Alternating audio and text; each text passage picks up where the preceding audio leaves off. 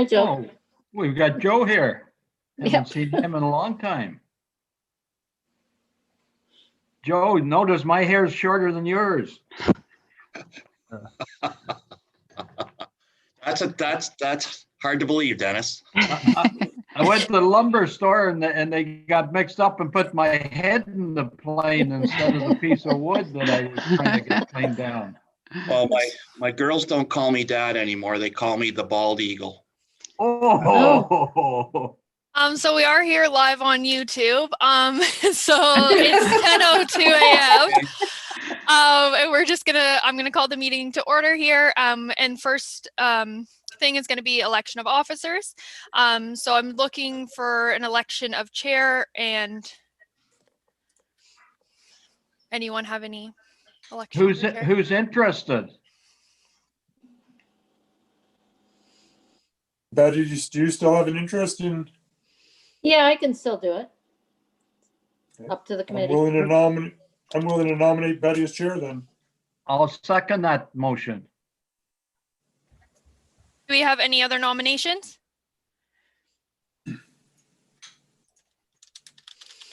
Okay, so that be Betty Hunter elected chair of the Community Development Advisory Committee for 2021. And then I need a mover and a seconder that the nominations for the chair be closed. So moved. Second. Carried. Now, Brianna, Jeanette's here. She used to always make us repeat that 3 times.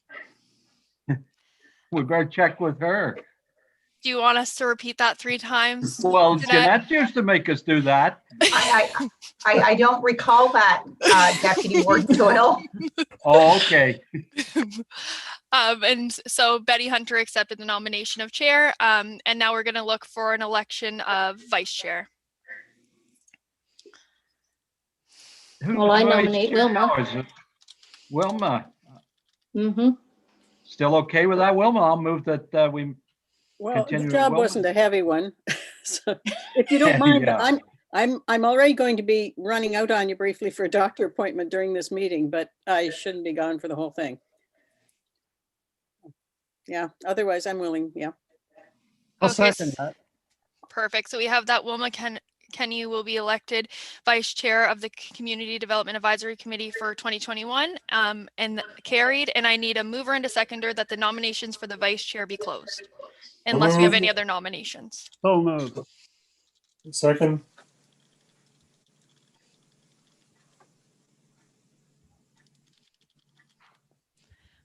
Perfect. And at this point, Betty, you can take over chair. Okay. Good morning, everyone.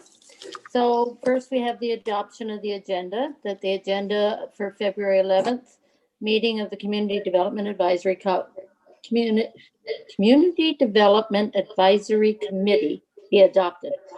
I so move. Dennis, seconder. Lisa? May I ask for a change in the order so that Wilma can vote on the 3 options that we have? Would that be in order? Well, I think we want to let Adriana go first, do we not? Yes. There's going, Okay. Then could we move it to the second item then? well, just a minute, my appointment's at 10:30. And I think there's a discussion invited from my reading of the minutes or of the agenda. So I think perhaps leave it a little longer. I'll be back. I think you're trying to load the vote. Okay, I'll withdraw my request. Okay, thanks. Okay, so we have a first mover and a seconder. Anyone opposed? Sorry to interrupt Okay. there. I just didn't get the seconder on that. Lisa? Perfect. Okay, are there any disclosure of pecuniary interest or general nature thereof? Seeing none. Adoption of the minutes. The minutes of the Community Development Advisory Committee meeting held December 10th, 2020 be adopted. So Is moved. there any? So Lisa and Alan? Yes. Okay, was there any discussion on it? Okay, so anybody opposed to the motion? Nope. Okay, moving on. So Adriana is here from the Downtown Revitalization Coordinator, and she's going to brief us on the Charlotte Lake Revitalization Project, which is in the works. Some parts completed and some coming up. So go ahead, Adriana. Thank you. Great. Good morning, everyone. Morning. It's so nice to see you and some new faces here. So this is, again, exciting progress for the project and for, again, making new partnerships and spreading the word and having more ideas come to the table. So I'm really excited about this. Thank you, Allison, for inviting me, and for everything that Allison is kind of teaching me along this process. And again, looping me in is really vital to the program. So just a pump up for Allison. So what I thought I would do is I put a bit of a deck together just to make sure I'm covering bases, giving you some visuals and some ideas to kind of keep in mind throughout this discussion. And I'll try to keep it not too long because I can get pretty excited about explaining things and trying to visualize the future. So I've tried to rein this in as best as possible.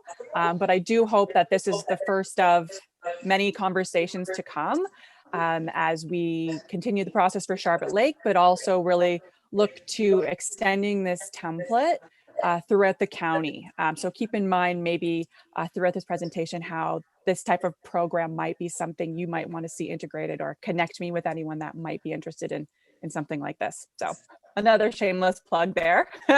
Any connections you might have for me, I'll take. So bear with me while I attempt to screen share.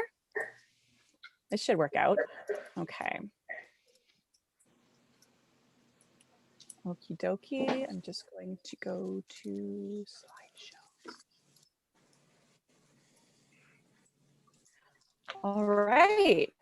Very cool. I'm just going to hide a couple things here so I don't get distracted. And away we go. So again, you've probably been hearing a little bit about the downtown revitalization.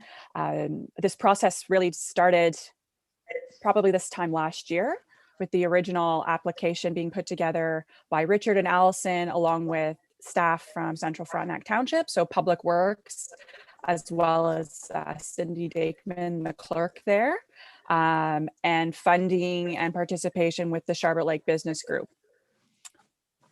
So just at a high level, I think it's important to understand, what this is all about. So this is an Ontario Rural Economic Development, we all call it RED in the biz program for short, because there's a lot of long words strung together throughout these programs. But essentially, it's a really great opportunity to have some cost share funding supported through this Ontario ministry to really help kind of double the impact of your own contributions to these programs. So the focus is economic development, really trying to understand those barriers. So a lot of what I'm doing is research driven in this front half. And then kind of the back half is more focusing from those learnings on attracting and retaining jobs and investment, and really setting the foundation to enhance economic growth. So just at the bottom here, I think it's interesting to know at a glance, these are the other types of programs that are available when RED intakes open. So I recently actually applied for I'm going to call it an incremental downtown revitalization funding program. But again, at the snapshot here, you can see that there are all sorts of different streams, again, just to keep in mind. So a separate stream and something that I might look forward to continued applications in the future would be maybe streetscaping and landscaping, or redevelopment of vacant and underused buildings. There's a lot of great opportunities here to, again, really enhance maybe some of the budget that you have with some cost sharing with Ontario.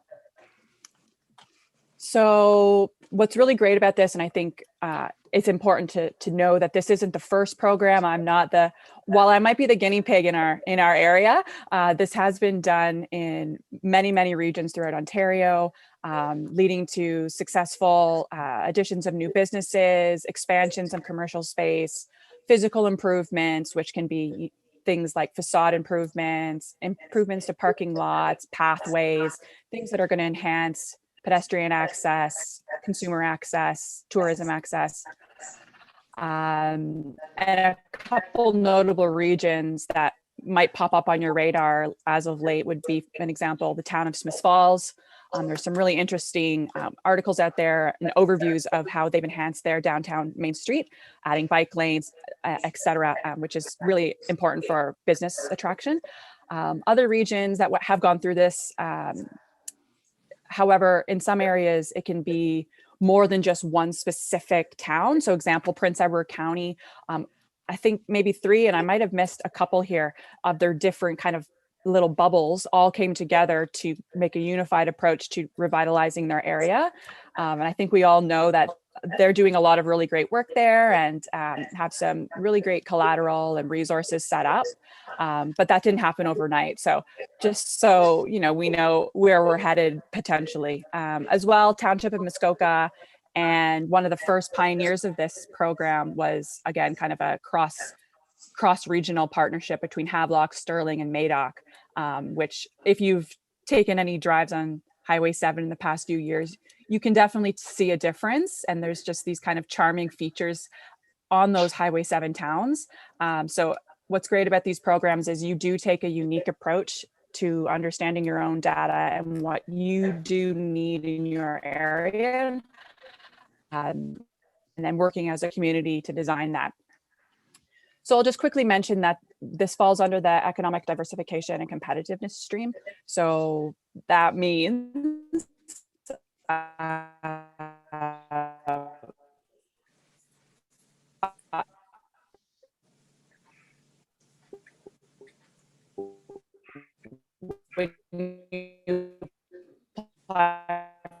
We're losing you, Adriana.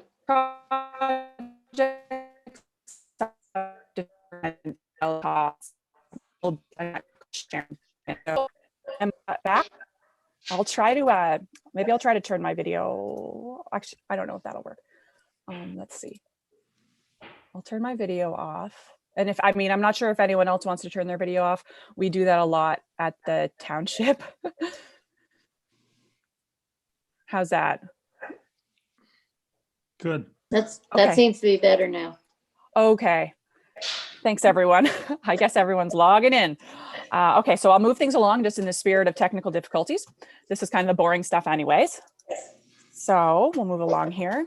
So again, the submission was successful. A lot of key components of these proposals are showing to OMAFRA that there are plans in place, research has been done, that there are shared strategic priorities and visions that make this a long-term commitment and have the potential to extend impact into other rural communities. So they really want to get good bang for their buck and not just have a one-off project that doesn't serve a greater community. So Charlotte Lake was really well positioned for that, being a commercial hub, having one of the higher populated zones within central Frontenac Township, the busy intersections where we're located, and again, the amazing services that we do have, community services, health services. So Charlotte Lake was a really great, again, kind of pilot project for us at the township as well as county level, and really looking forward to taking learnings from this project to extend throughout the greater township and county.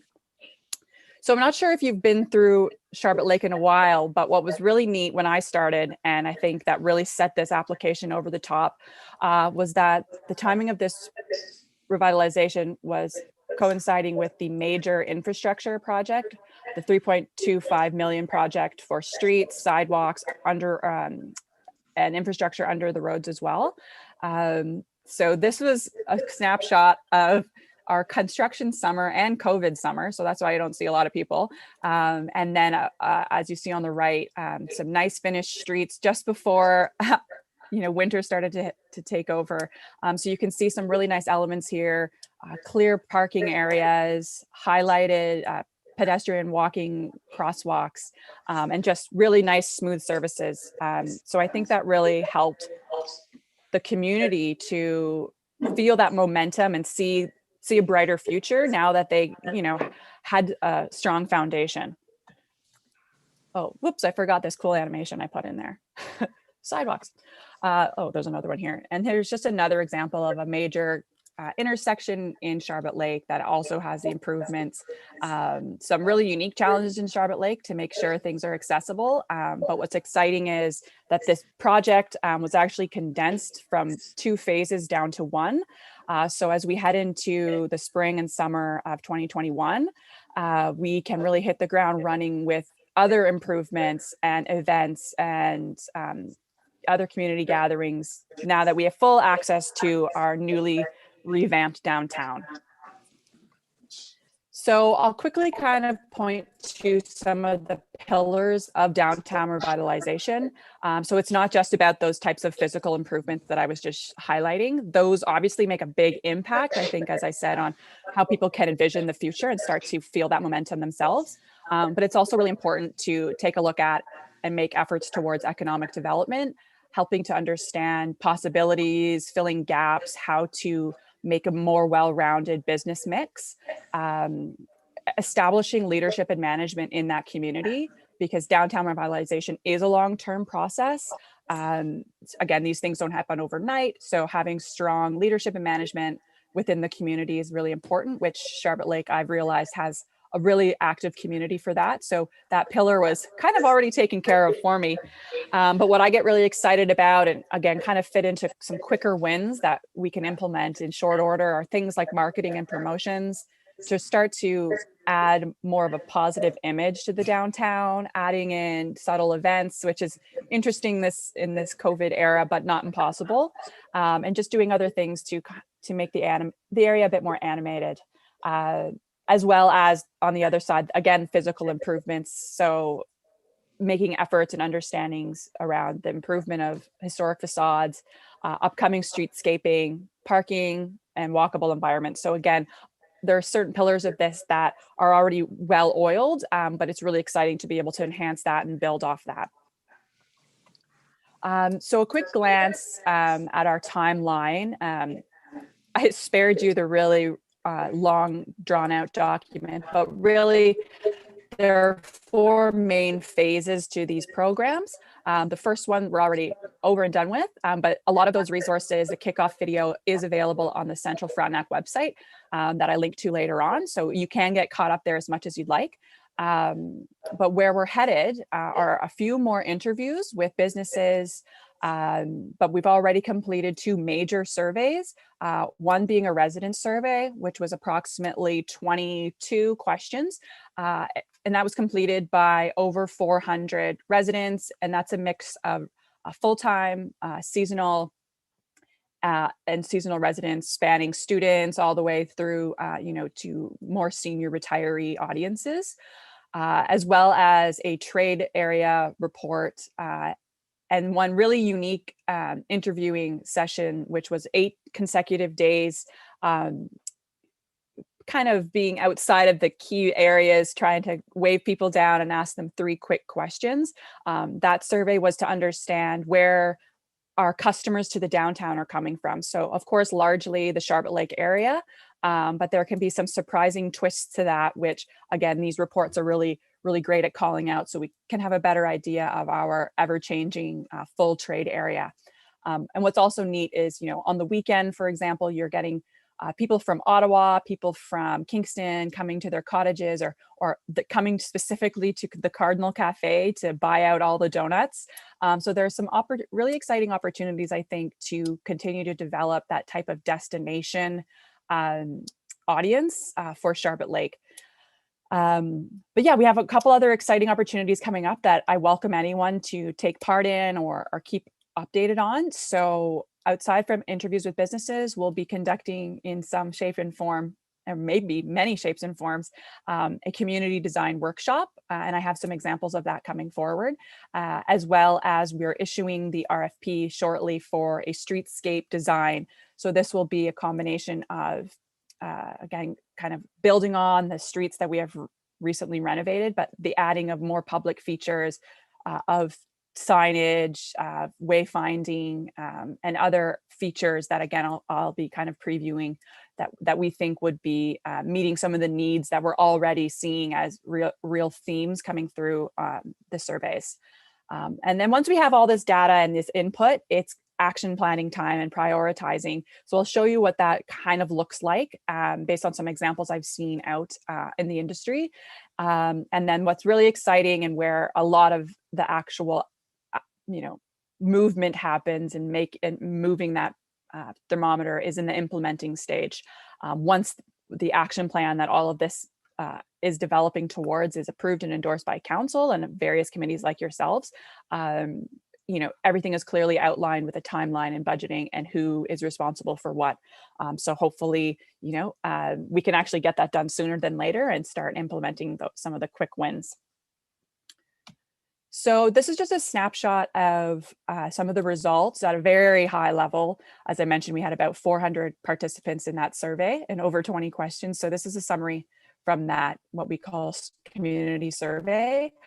But again, there are already themes coming out about, issues and hindrances to shopping downtown, other kind of perspectives about the physicality of the downtown, not just the main street there that you would have seen, but the full kind of village area. So including the beach where the trail comes in from the Road 38 causeway all the way out to just before the Granite Ridge Education Center. So really that downtown village core is our focus area. So some tidbits here in terms of who completed the survey and kind of their needs for improvement.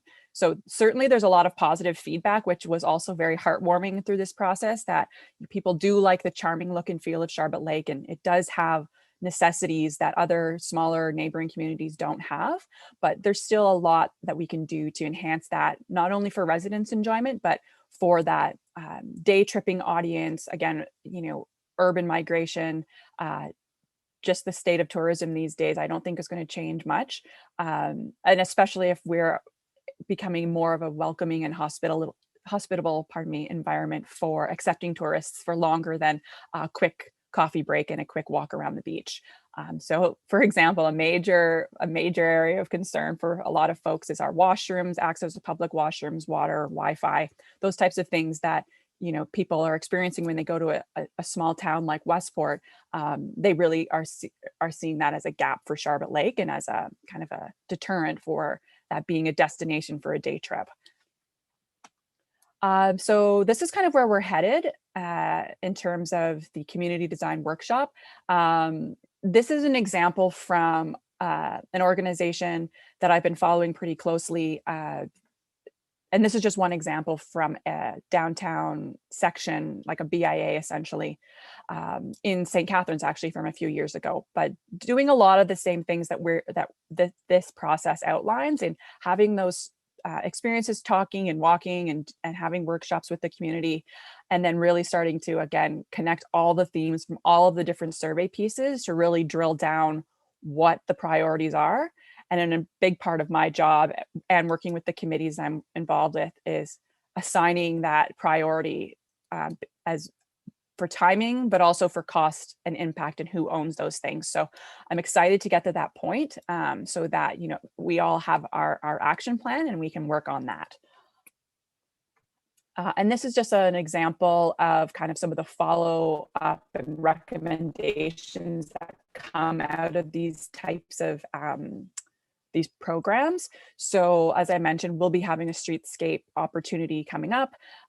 This is kind of a, hip downtown place looking to add more culture and celebrate their history. But this is just an example of the types of additions like hanging planters, banners, murals, things that are some require some fundraising, but others involve really just community and volunteers to add those little extra elements that really start to make an impact. But again, this is just a snapshot here of how, we'll be approaching, costing, timelines, impacts, and who leads projects.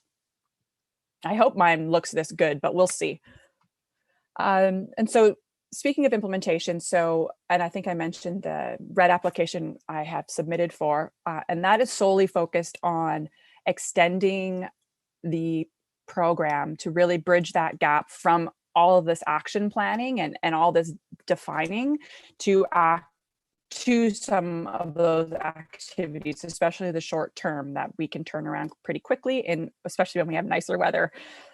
So what I did for this program was start to really look ahead based on, again, what I have so far, knowing that there is a lot of information still to come, but try to sketch out the 6 months following the approval of the plan. And a big part of that here that I'm highlighting, again, planting this seed with you all, because I do hope that we can be partners in this, is taking advantage of this framework now and this experience that exists within our county and within our township to extend this framework to initiate revitalization in similar smaller communities. So in some conversations I've had, people have mentioned, oh, Sydenham could maybe be a great place to kind of seed this opportunity. Already a lot great things going on, but maybe there's some potential there that we can enhance, or other areas that, like Arden, for example. So, I definitely lean on folks like yourselves who have more of this overarching view of the types of communities where this is maybe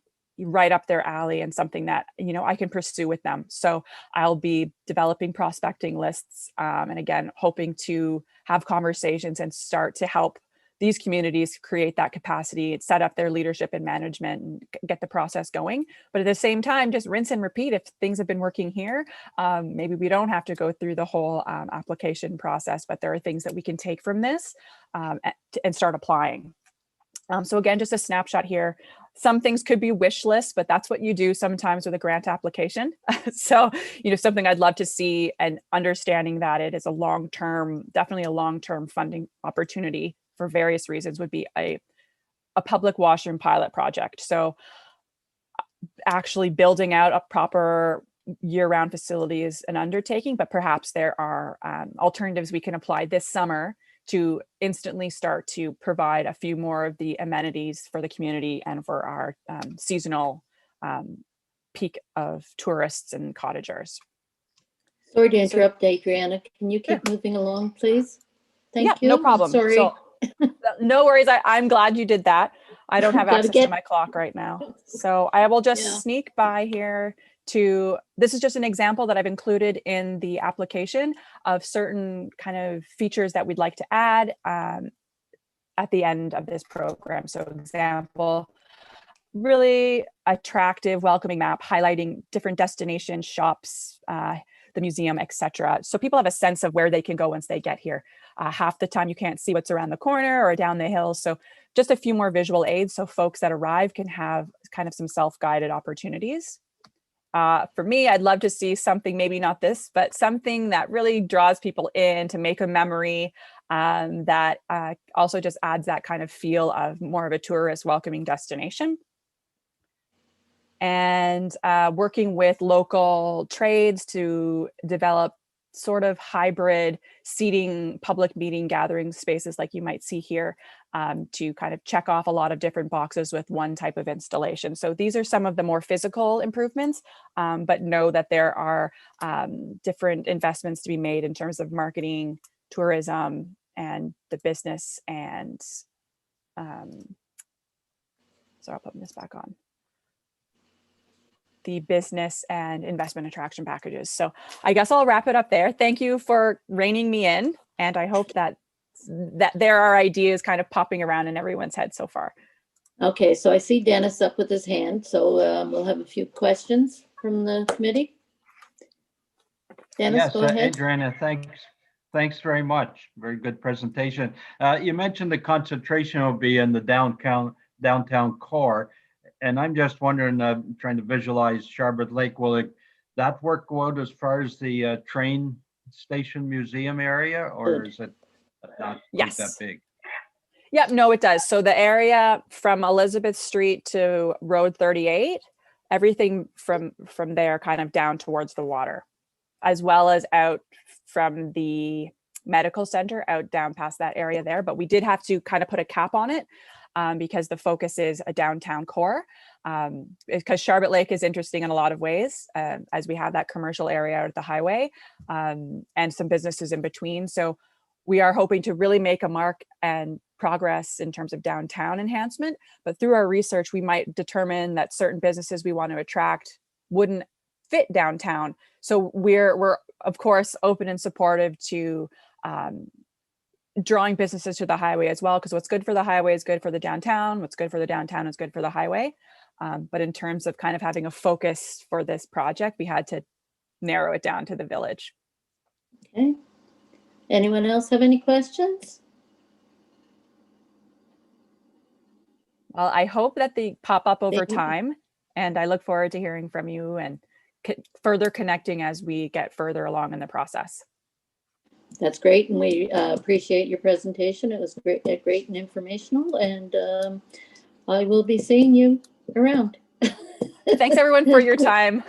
I told Okay, you I was thank going to you. go on. I knew it. Okay, I thanks. know, that's all right. Thank you very much. I appreciate it. Great, bye. Have a good day. Okay, so now we're going to get briefings from the community working group. And so this is the group that got together about the review of the motorization access to the Verona corridor of the Frontenac KMP. I will ask that people put up your hands to be able to speak and do not interrupt other people, and that we keep this moving along in an orderly fashion, because I know it sometimes gets a little updated. So I guess, Dennis, did you have a question first? Yeah, so I was just wondering, given Wilma left now, that this is a key point. Is there something we could do first while we wait for Wilma to have her appointment come back? The only other thing we've got is to finish the discussion on the Charlotte Lake downtown revitalization. We won't have the vote till after that. So if you want, I could, I guess, as chair, I would move that we finish up the downtown revitalization, and then we will have to move on to that because there's nothing else on the agenda. So that if I might can be- have, do I have to minutes. have a motion for that, to move that around? I'll move that we move that around. Dennis, Lisa, all in favor? Thank you. Okay, so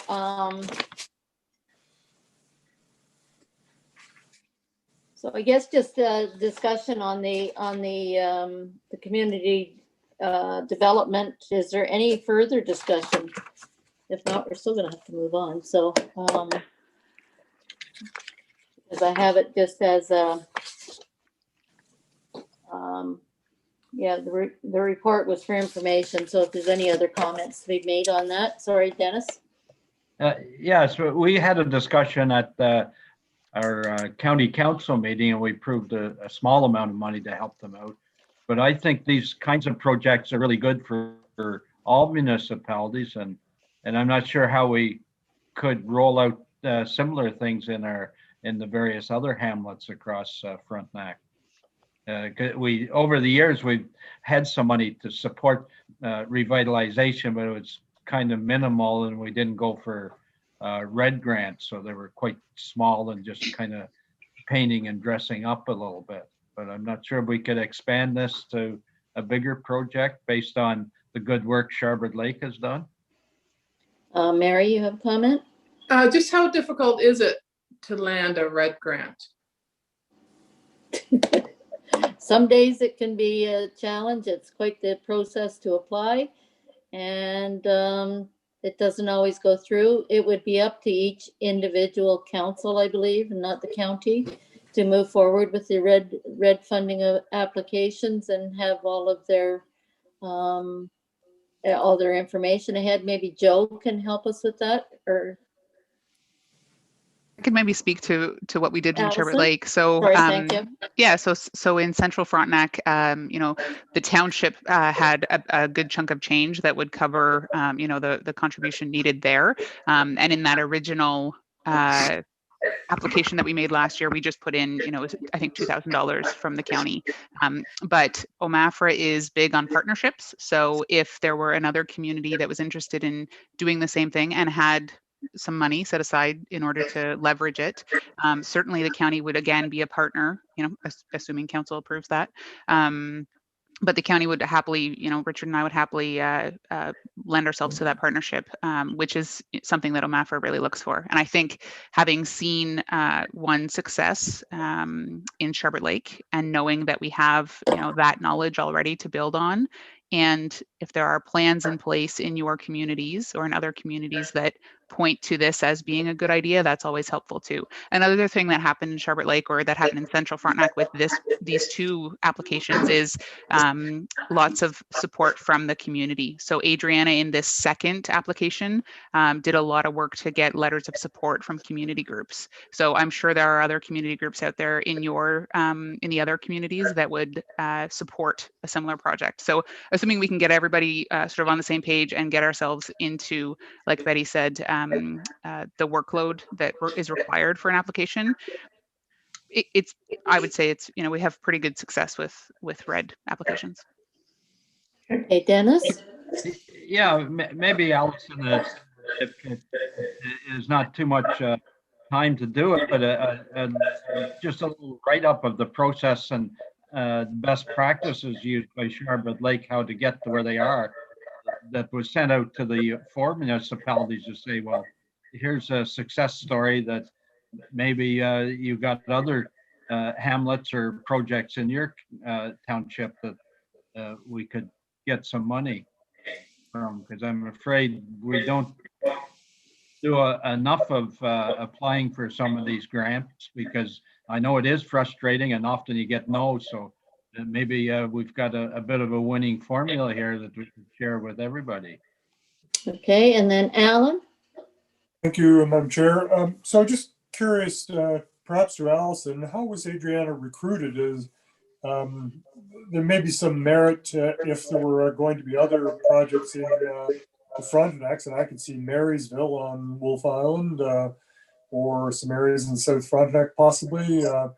But perhaps if Adriana is somewhat familiar with the county, perhaps if we're successful in further RED grants, she might be a good resource to keep on track and keep working towards some of the other initiatives throughout the county. And Okay, to be Allison? honest, Adriana has no previous experience with downtown revitalizations, and she's from Perth, so she's not even from Frontenac. She's just really good. But I would suggest that, if this were something that that were to happen in other areas, that she would be a fantastic resource. Even if she, is at a place in her life where she's not available to fill the position, even being, a knowledge resource that we can call on. But certainly, I agree. She's gone through the process, or she's going through the process and learning a lot in it, and those lessons are certainly transferable. Okay, Mary, did you have something that you wanted to say? No, I just had the question, how hard is it to get one? Okay, and one thing that I might say is if you've done a first impressions tour, that would give you a good idea too of what needs to be done in your community. We did one here in North Frontenac and have done some improvements, especially with washrooms along the 509 and 506, because it's a long stretch, some people, and things like that. And some of that came out of their first impressions tour. So that's another resource that you can use to see what people from other areas that have not been to your area see that you don't see, because we're looking every day. Dennis? Yeah, so is that first impressions process still available? I know we were involved in one probably 15 years ago with, I think it was a town in Prince Edward County, Bloomfield. Bloomfield? And I believe it is still available. Yeah, it worked well, but then we did a few things, but it's kind of dated now, it being 15 years old. Is it easy to do that? I haven't heard OMAFRA pushing that lately. I know back then they were really pushing that program. I believe that it is still available, and we can double check with Karen Fisher. And my understanding is that it is fairly easy to do, Dennis. It's mostly just time consuming. You have to recruit a group of volunteers who are willing to you sort of swap with another community. So they have to do some training, and then they have to go to that other community, spend the day there, and then there's sort of a report back process. So it can be, unless you have super dedicated volunteers and you're not calling on the same 10 people who volunteer for everything. it can be maybe a struggle to find those volunteers. But I do think that it's pretty rewarding. I know Anne Marie did one or was involved in one with Harrowsmith. So that would have been within the last, 7 or 8 years. We can Yeah. check with Karen on that. Yeah, because that Yeah. was good. We did it here and we only did part of our area, but, and because it's such a vast area, it was hard to do a lot of it, but we did learn things that, other people see that we don't see, so. Yeah, I Okay. think it would be good to move forward with that. I know it was a bit of work, but we did get a lot of interest both in our community and the other community, and had meetings back and forth, and it was actually a bit of fun as well as informative. Yeah, fun day out. Adriana, did you want Yeah. to say something? Yeah, I just wanted to add to that because I think that is awesome to even start thinking about now, because of course, when the weather warms up, that's the perfect time to already be having your date set to do this, because it goes such a long way. One, if you were to apply for an application, but if not, again, like you said, you can use in your community. This year, they kind of took a sidebar because of the logistics of trying to coordinate with COVID, but I think we've all learned to adapt. So there's new ways that we can approach that. So this is great timing. I'm sure Allison will speak to Karen about it, but I'll also bring it up when I'm speaking with her on Friday. So Thank you very much. Appreciate that. Okay, anyone else have any comments? No, okay, so welcome back, Wilma. So now we will go to the working group. And who was chair of the working group? Sorry, Alan, were you chair? Okay, so Yes. I'll start with you and ask you to start first. And then, like I say, we want to keep this orderly, so please move forward. Thank you, Alan. Okay, thank you, Madam Chair. I don't want to dominate the discussion. I'm sure there will be other points that many people would like to raise about the work that the committee has done. But we did have the opportunity to hear from a number of groups in the area dealing with the trail. Last meeting of our subcommittee, we did hear from the Verona Community Association. They had some, and those notes are ones that Mary has provided as part of the minutes. But you just note that the Frontenac Community Association did have some concerns and some suggestions. We did speak with Kim Perry from Food Less Traveled. Her indication was that she was not experiencing a lot of benefit from the trail from ATV use, at least from her business to date, but she was quite somewhat supportive to indicate that she thought there would be further value in trying to connect the users of the trail with the local business community. We did hear from the Velo Bicycle Club. Generally, they felt there was not a lot of concern about conflict with motorized vehicles, but while there was some incidents of trail degradation from ATV use, the other side was that they felt in general the trail was probably as well or better maintained in some respects after the use. And we heard from the ATV Club, who was finding that the trail access at Bell Rock was extremely beneficial to them, expressing concern with driving their ATVs through the village. So that was one of the things the committee had done, and Barry kind of has put together his perspective on some of the use, and other members of the committee have spoken, and I think maybe best to let them elaborate on their particular points of view or concerns from here, Madam Chair. Okay, so we will ask Barry if you can do your your conclusions were. You're on mute.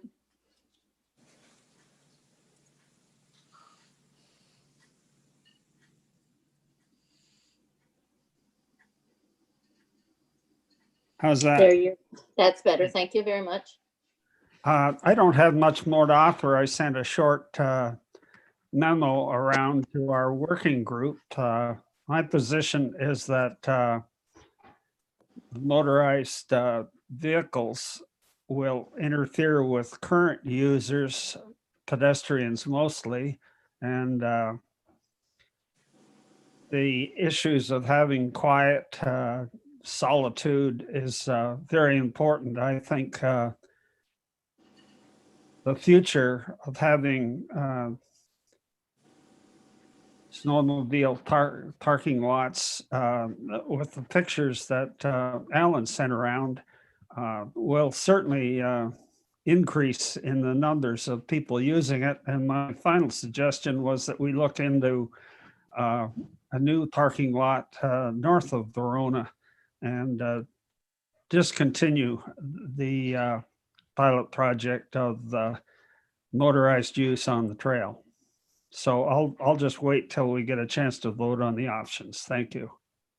Okay, next, Mary, you were part of the group. Do you have anything you'd like to report?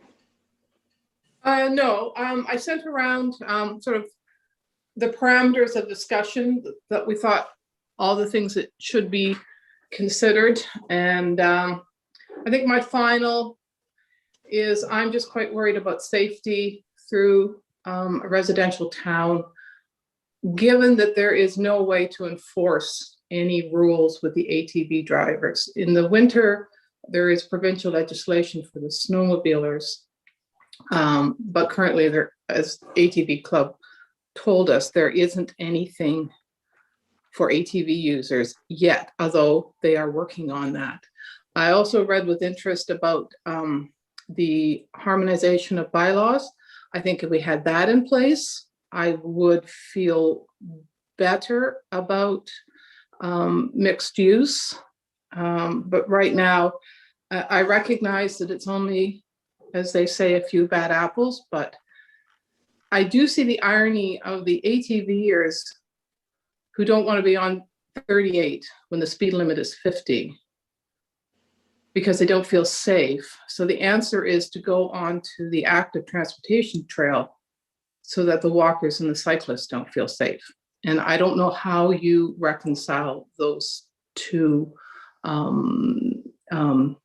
competing desires of safety. So now I am mindful, Greg did have a very persuasive argument about the economic impact of that trail. That if you cut it off from ATV users, it just will never be economically viable, which I think could be true. The issue is, for that argument, is that the city will never allow ATV users on their portion of the trail. So it's going to have to cut off somewhere. Because you won't be able to get Kingston on ATV use. So where is the appropriate place to draw the line? And so my worry is, if we say yes to Verona, then we'll have to say yes to Harrismith. And there goes most of the trail that's dedicated to active transportation within the county portion. So for those two reasons, I would not be in favor of continuing the pilot project. Okay, and Greg, you were on the committee also?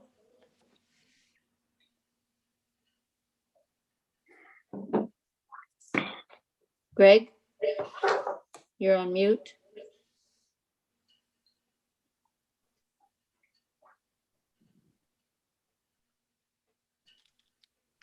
Okay, I guess Greg doesn't We have have gone off anything. a little break, Madam Chair. Yes, I think so. Okay, Dennis had his hand up first. Okay. And then Alan. Dennis. Dennis, maybe I did. I might have been scratching my head, but I did have a comment. And my situation is, I was on the trail committee right from the get-go. It's probably 13 years or so ago that we started it, and put a lot of work into it, developed the master plan.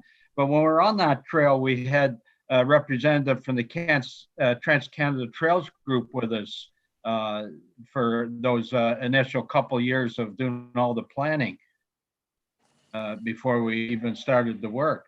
And it was very clear from them that they would only support what they called the greenway portions of the trail where there's no motorized vehicles. So we took money up to Craig Road under that understanding. And because of that, since we've accepted that money, I feel very uncomfortable supporting ATVs or, well, any motorized vehicles south of Craig Road. So that's the dilemma I'm in. Okay, thank you. I'm just going to go to Greg for a minute, and then I'll go to Alan and Wilma. Greg, do you have any comments on the trail as part of the committee? So I'm really sorry. The reason I had my video shut off is I had to deal with a business call. That's all right. I had to slip That's all right. for a bit. Sorry. So I'm not real well versed in what's been said up to this point. And I guess, you know, as a member of the committee, I always struggle a little bit in adding comments, just because I'm kind of the belief that when a subcommittee deliberates together, that's my place to express my views, and whatever the committee decides, whether I agree with it or not, is what the committee is saying. So I'm just a little reticent, I think, to say too much. I think, you know, most people know where I come from. I'm concerned about anything that impacts the tourism. I feel that, you know, we heard from some good voices in the process that, to me, seemed that the impact of ATVs was minimal. But I'm not going to step out and say too much that's contrary to whatever the committee has said so far. Okay, thank you. Alan? Thank you, Madam Chair. So I agree with Dennis's point that, you know, I think it's important for the committee and county to understand what the implications are to the county's public standing, I guess, if we backtrack on a commitment we made for Trails Canada for the Greenway funding. I know Richard had hoped to have word back from a legal opinion as to their sense of how reliant we needed to be on the Trails Canada funding for that. But I'm inclined to think that it perhaps is even premature to vote on this matter until such time as we do have that information. Okay, secondly, sorry. But secondly, I do know that certainly the hamlets in our Frontenac communities are areas where the province is directing more residential growth through their provincial policy statements. And that will be true for Verona as well. And I have some, I know our mayor initially supported the trial, but with the proviso that be reviewed carefully with the implementation of seniors housing that the township is proposing to build adjacent to the trail and any other development that might occur on the property we've purchased. So it's certainly something, the overall growth, residential growth and use in Verona is a factor, I think, that will enter into the discussion that in terms of long-term use. So from that perspective, at least, I certainly would not support ever in making it a permanent solution. And I'm very hesitant until such time as we have the some form of opinion on the funding with Trail Canada, how we should be moving forward. I think it's premature to vote on it until we have that. Okay, so I want to get Allison to answer first, and then I have Wilma, Dennis, and Mary. So I'll just address the concerns about the legal opinion on the Trans-Canada Trail Agreement, Councillor Ravel and Deputy Warden Doyle. In the report that is on the agenda there's a small paragraph.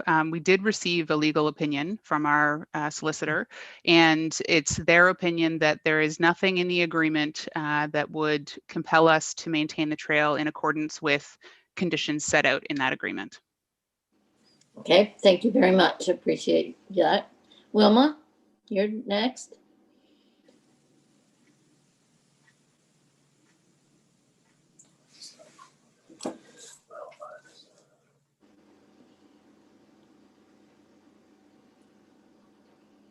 Thank you. I'm sorry, technically That's all right. challenged.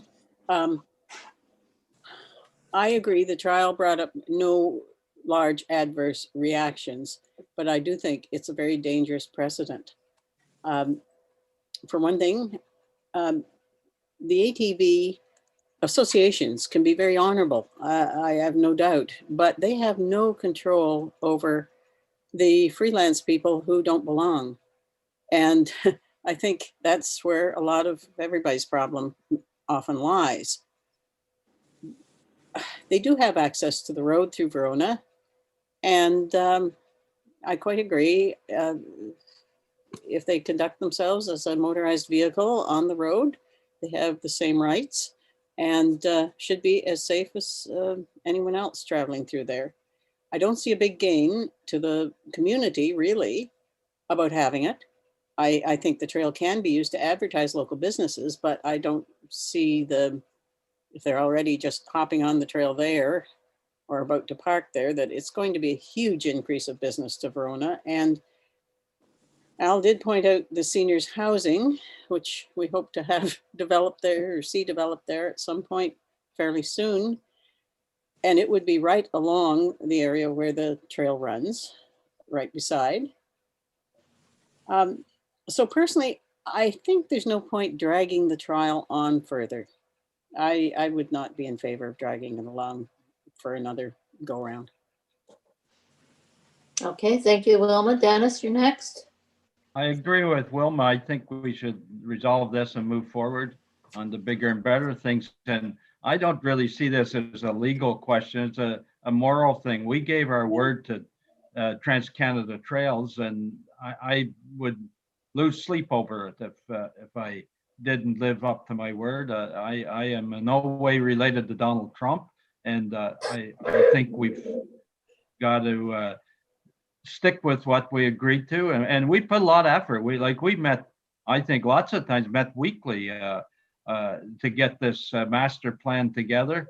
It was the biggest project I've ever been on in the county, and Trans-Canada Trail were right there with us, and they gave us a lot of free consultation to get to where we got, and I just feel really awkward about any other decision.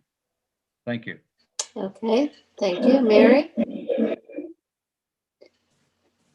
No, I was just going to say, I read in the minutes that the lawyer didn't see any legal, but I also agree with Dennis that the agreement certainly talked about it being a greenway, and maybe we wouldn't be sued, but that's not the only reason to do the right thing. Okay, Barry?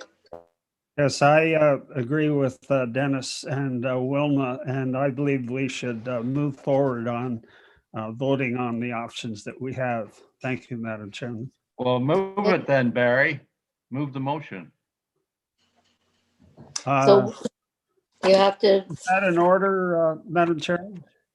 Okay, so we have option 1 is allow ATV access to the Verona corridor.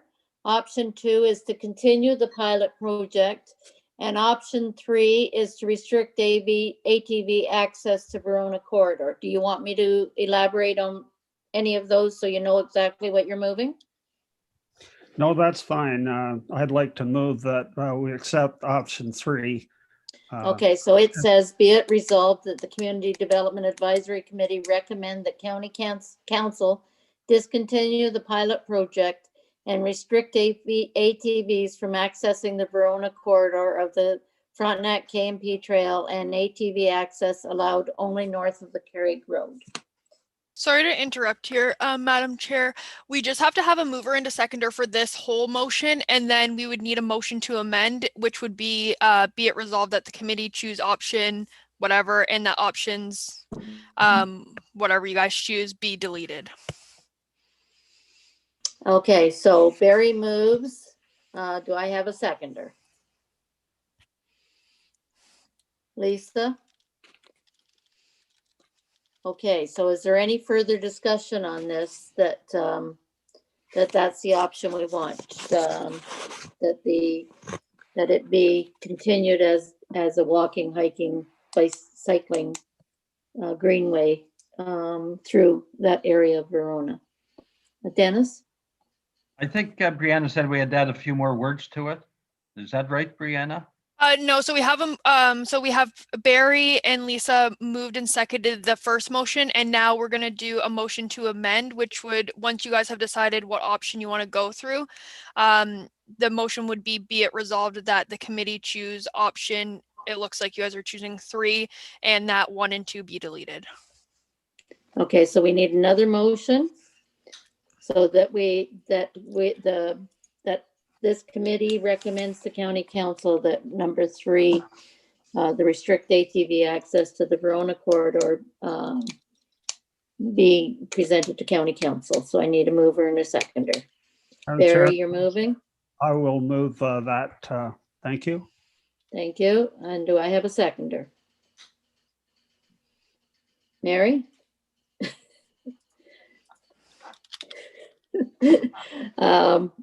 So is there any further discussion on this subject before, and yes, Councillor Ravel. Thank you, Madam Chair. So I'm torn a bit by this. I mean, ultimately, I think that's the right decision. The only other point I would perhaps offer is that by extending the trial, I don't see it as a trial necessarily for another year, but by extending it for another short period, it might give the ATV club or the community, township or county an opportunity to find an opportunity for a parking space north of Verona. But ultimately, I do support the closure of motorized vehicles through the hamlet of Verona. It's really just a question of whether there's an opportunity by delaying it or postponing it for a short while. There would be an option for other choices for parking spaces north of Verona. That was my only point, Madam Chair. Okay, so would that be an amendment to the motion we're just talking about, or would that be a different motion? Well, it's just a comment that it's open up for discussion. The matter is before the vote. There's other members who wish to contribute to the discussion. Okay, Dennis first, then Wilma. Yeah, I would suggest we vote on this and then leave it open for different discussion if they want some extension while they find a parking lot. But I think get this one out of the way, and then I'd be in favor of hearing from the ATV group to say, okay, we need 2 months or 3 months or whatever to find and prepare a parking lot up at Craig Road. Thank you. Okay, Wilma. I would think that we would go ahead with this motion, but encourage the ATV group to look for help getting a parking lot up there. Alan, didn't council look at a scrap of property about that area, wondering if it could be used for that purpose, and it wasn't considered appropriate, but there probably are other properties in the area there that could be used that way. Alan?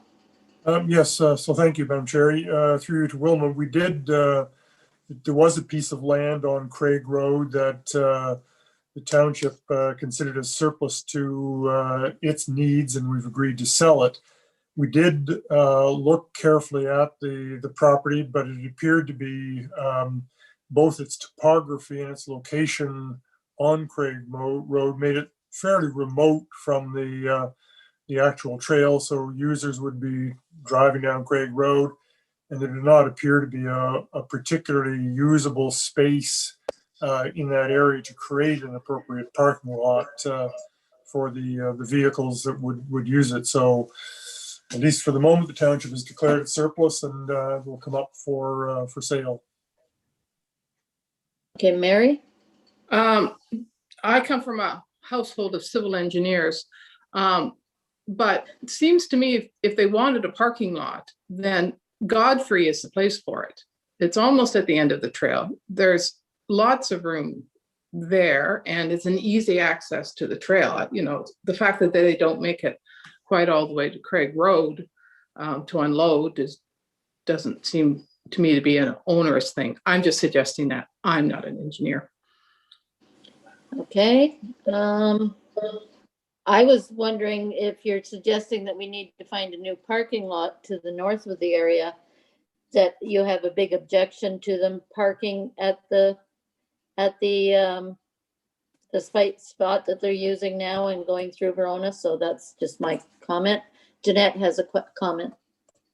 Sorry, I just wanted to point out to the committee, there is a recommendation in there to extend the pilot program. Now that recommendation in itself could be amended if that's the direction that the committee wants to take. For example, you could continue it, for example, to September or December of 2021 under the provision that to provide the ATV groups with an opportunity to find another parking area. You can always amend the motions that are in there as well, if that's the route that the committee wishes to take. Okay, Mary? Sorry, I think Dennis was before me. Oh, sorry, Dennis. I just wanted to say, I think we should just vote on this one the way it is and then treat it as a different resolution to decide how to move forward, where the parking lot should be, because I'm not as familiar as some with that area, but maybe Craig Road's not the right place. Maybe it's up further or whatever. But I think we vote on this and treat that as a separate discussion. Okay, Mary and then Lisa. Mary? Yeah, I'm just worried the longer that they have permission, the longer this is a trial, the harder it will be to take it away. It's already going to be really hard to tell the ATVers, you can't do this anymore. So I just think you rip the Band-Aid off and then you help them find another solution. Okay, and Lisa? And I normally agree with Mary, but with COVID, our tourism industry has been hit the hardest. Do we do that, or do we extend temporarily until the fall to allow those businesses that are affected by COVID to get as much business as possible with this? I mean, we've been putting up with it for how long? Give them a couple more months. It gives the ATV club time to find it, give them their notice that it's not going to be extended again, but then you're not hurting your small tourism local businesses as badly when they're already hurting. Barry? Yeah, I suggest we go ahead with the vote, as Dennis suggested. It'll be a resolution going to council, as I understand it, and there will be some timing there. And council could decide that the pilot pilot project for motorized vehicles could be delayed. They can add any of the suggestions that we've heard so far. I'd like to see us go ahead and vote currently. Okay, Mary?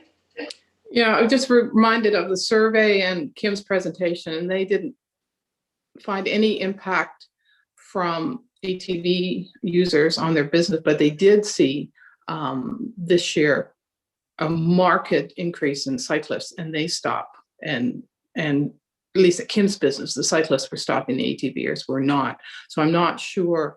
I mean, we're not talking about the entire trail. We're just talking about that segment through Verona. And I don't see that would have significant economic impact, COVID or no COVID.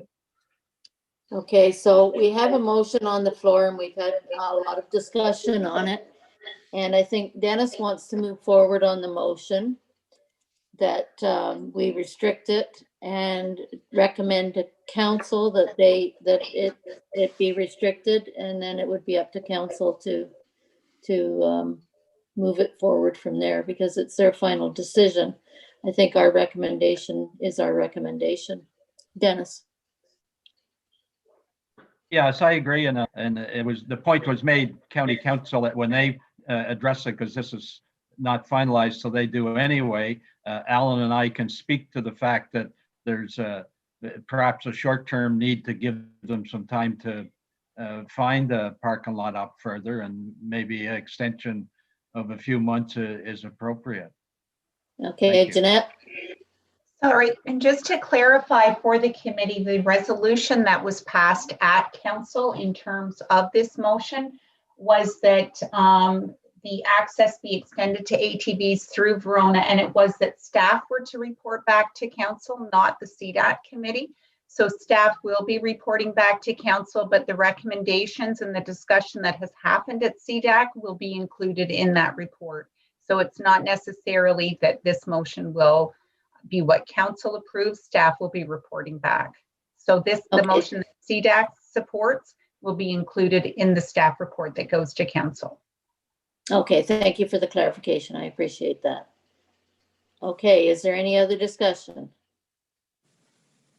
Okay, so you've heard so I ask, is there any objections to the motion that ATV be restricted? Is anyone objecting to the motion? Seeing no one, the motion is carried. Okay. So I don't have any other communications, other business. Does anyone else have anything that they need to add to the meeting under other business? Dennis? Yes, at some point, I'd like to get on the committee, the commitment made in the master plan for the trails, that the Wolf Island Canal was to be part of that initiative. And we keep discussing it, but it's never come up as a project that anybody is doing any work on. And I think already we spent over 5 million on the trail, and nothing on the canal. And the canal, if just to refresh everybody's memory, the only reason the trail existed was they were bringing goods in through New York City, up through New York State to Cape Vincent, New York, and the rail cars offloaded in Cape Vincent and got on barges and then rolled off and got on the KMP Trail in Kingston and traveled north. So I think at least we got to start getting some plan together, just how we approach that. Otherwise, my personal clock will be running out and we won't see a shovel of work being done. Okay, Wilma, comment? Just that my memory of that canal from many years ago is that it'll be a lot of shovelfuls. It seems like an enormous project. However, you're thinking of opening it as a waterway again? The discussion is it might be a little aggressive to open it up to get train cars through again. And we're not allowing train cars on the KMP Trail anyway. So the thinking is probably be more appropriate for kayaks and canoes and that kind of thing. Typically probably on motorized like the trail is, but some people would like to see it really opened up and big sailboats and power boats and everything going through, but that may be a bit aggressive and expensive. So I think most people would be happy if it was just kind of recreational and canoes, kayaks, and that type of thing, maybe small sailboats or whatever. Thank you. Okay, so I would think that discussion needs to come up at county council, and then they can ask us what we'd like to discuss, but it's up to Jeanette. Do you have a Sorry, so just to add to this, I'm not familiar with what, and maybe Joe could answer this, what the Trails Master Plan includes, although it hasn't been approved by council, but anything added to the committee's mandate would need to be approved at county council. Right now, the mandate only includes the economic development charter, the sustainability plan, and the Trails Master Plan. And if it's not included in that, then you would have to add that to whether or not council wants to start looking at that and fund it. Okay, Dennis? Yes, maybe at this point, if Joe would meet with some kind of a basic sketch of a plan together to how we proceed with this. Otherwise, it'll drag on forever. And Joe has been involved in some of the meetings going back several years on this topic. Maybe you got a comment, Joe? Joe? You, Madam Chair, if the committee, pardon me, wishes, I could prepare a brief information report on the Trails Master Plan, specifically describe what the Trails Master Plan says about the canal. And also, and I need to confirm this, and I'll get Jeanette to help me, whether it was ever approved by County Council or not. I'm not sure if Jeanette's shaking her head, but if the committee so wishes, I can prepare a quick background report for you if you'd like to see that. Thank you. Okay. That would be good. And the Trails Master Plan was approved going back, I don't know, 10, 11 years ago by the County Council today. So sorry, the Trails Master Plan has never actually gone to council. It was in draft form at the Trails Advisory Committee. And prior to its approval, staff were directed to have meetings with Frontenac Islands on how to include that, but it stopped there. It never went any further. And I couldn't find any record of those meetings happening on the islands either. I can pull that information for you, Councillor Doyle. I believe Deputy Warden Doyle, I believe I pulled it forward for Richard as well. But the actual plan itself has never been approved by council. Yeah, So we've again, never approved the that's plan. something that needs to What come we to council. approved is a master plan for the trail. The Trails Master Plan going way back is probably at least 10, 11, maybe even 12 years ago, after a considerable committee work. And we had brought it to County Council, and the Trails Master Plan was approved before we started any work, before the first shovel was put in the ground. There was a Trails Master Plan. That's where it said the intention was, once the work got to a certain point on the KNP trail, that the canal would be included. Okay, so I would suggest this still has to be looked into, that Jeanette and Joe will look into it and see if the master plan was approved and give us an outline of the master plan. Other than that, I would think it would have to go to County Council, is my opinion. So I don't think we can do anything at the committee level right now, because usually the council directs if they want us to look into something.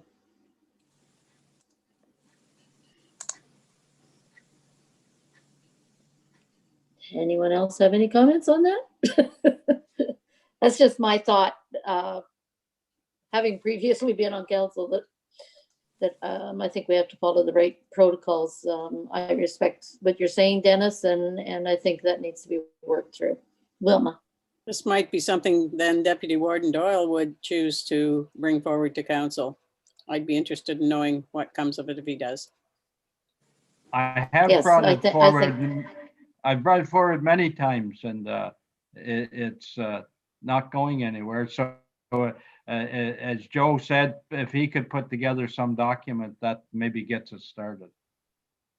Yep, that would be great. I appreciate that. And if the staff would do so, it would be well appreciated. Okay, is there any other business that we have on that any people see coming forth? No? Okay, so the next meeting will be Thursday, April the 8th. Do I have a mover and a seconder? Did you have something else to say, Barry? I was just going to move that we adjourn the meeting.